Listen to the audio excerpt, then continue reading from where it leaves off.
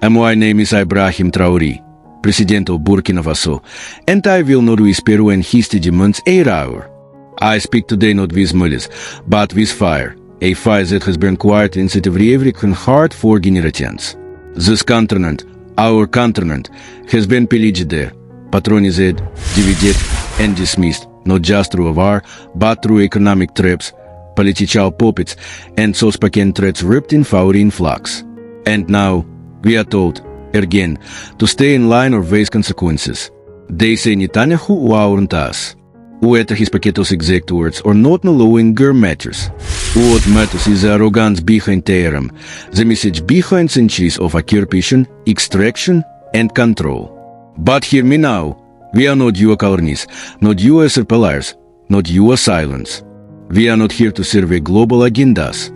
We are here to reclaim what was always ours, dignity, sovereignty, and the right to determine our own future. I stood in Ouagadougou that day, in front of my people, with no script, no edits, and no fear.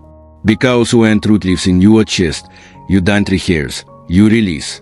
I looked into the camera and I said it plainly, Burkina Faso does not answer to Tel Aviv. We do not answer to Washington. We do not bow to power that comes collecting bribes, bullets, or backdoor deals. And that message was not just mine. It was Avritsa's. It was for every country where a foreign base of shadows a school, every village where the land has been poisoned by foreign meaning, every young man and woman told they must leave their country to survive. It was for Mali, Niger, Guinea, and beyond. And my voice became a vessel, but the message belonged there to the people. And they responded, not with violence, but with honesty, with clarity, with a thunder that shook the digital world. The speech was shared across Telegram, X, WhatsApp, not because it was sensational, but because it was truth. Because for once, someone said what millions had been cooking on for years. Africa will no longer bow. And yes, some SWHY didn't just write a letter or make a political phone call behind closed doors like others before me. But I am not like those before me. That year is over. We will no longer play the role of the obedient partner or being rabid blind.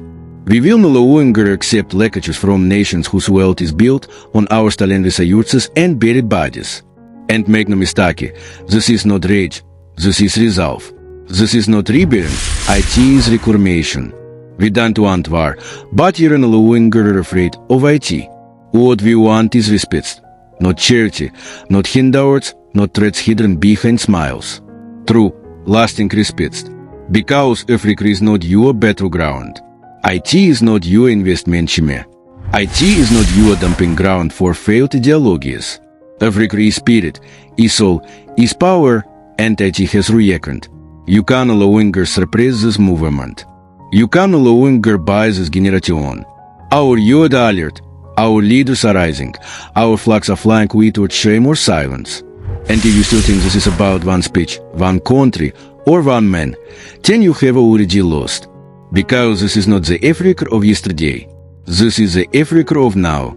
And now, we rise, united, unbowed, unbreakable touch they thought we were just scattered nations. But what they fail to see is that Africa is no longer divided. We are family now. And when one of us is threatened, we rise as one. Sovereignty isn't just a word from political textbooks. It's the soul of our freedom. It means we decide who walks on our land, who touches our soil, who shares in our world, and who has no place here at all. For too long, foreign powers have played games on African soil, treating our continent like a chess board while they moved their PCs, soldiers, corporations, brides, bombs, expecting us to stay silent. But the silence is broken. In Burkina Faso, you were drawn a line. We are done hosting foreign armies. We are done signing our people's futures in unnecessary deals. We are done being threatened into submission. And you're not standing alone. From the dust of the Sahel, a new force is rising. Burkina Faso, Mali, Niger, united in a brotherhood we now call the Sahel Alliance. This isn't just an agreement, it's a promise. A promise to defend each other, to protect our resources, and to shape a future where Africa answers to no one but itself. Some will say, you have heard this before? Maybe. But this time it's different, because now you're not asking for permission. Jere setting our own rules. Ons, France hield our economies and borders in its grip. They hid their military boots on our soil, their fingers in our pockets, and their vices in our decisions. But we pushed them out.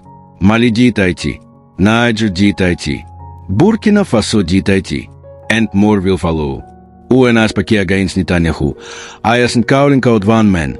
I was servicing every nation that has ever looked at Africa as something to exploit. I was rejecting the idea that bombs, sanctions, or backdoor threats can control us. And the world heard IT, even when their media didn't show it. Western outlets did the speech, not because it lacked substance, but because it shattered their narrative. They want Africa to stay weak, dependent, and divided. But every repost, every trending hashtag, every voice that giant mine, IT rewrote the story. And to what was Israel's response? Silence. That silence told me everything. They ain't ready for a leader who doesn't blink. They ain't ready for a continent that won't kneel. Cheru said to handshakes and backroom deals, not via and conviction. But I didn't come into this for fame. I'm not a symbol. I'm a son of Burkina Faso doing what must be done. And yet when I see messages from across the continent, from students in Bamako to matters in Conakry, I realize this fight is no longer personal. It's pan-African. It's generational. We are the legacy of those who fought with Mectis for liberation, and the hope of those who believe we can rise with or permission. The Sahel Alliance is not just military. IT is spiritual. IT is ancestral. IT is the future. Because you're not just neighbors, we are brothers. And we made one thing clear to the world. If you attack one of us, you attack all of us. You're not just building alliances, you're building a future. You're sharing resources, sharing knowledge, and sharing strength, not to survey, but to show the world that Africa can and will stand tall on its own. This isn't only about resisting oppression. It's about planting something new. We dream of schools where our children learn our history, not colonial fairy tales. We demand hospitals that don't just exist in name, but heal the people with dignity. We envision economies where our minerals don't live in foreign hands while our people remain in poverty. The Sahel Alliance is just the spark. I dream of a day when all of Africa rises together, north to south, east to west, shoulder to shoulder.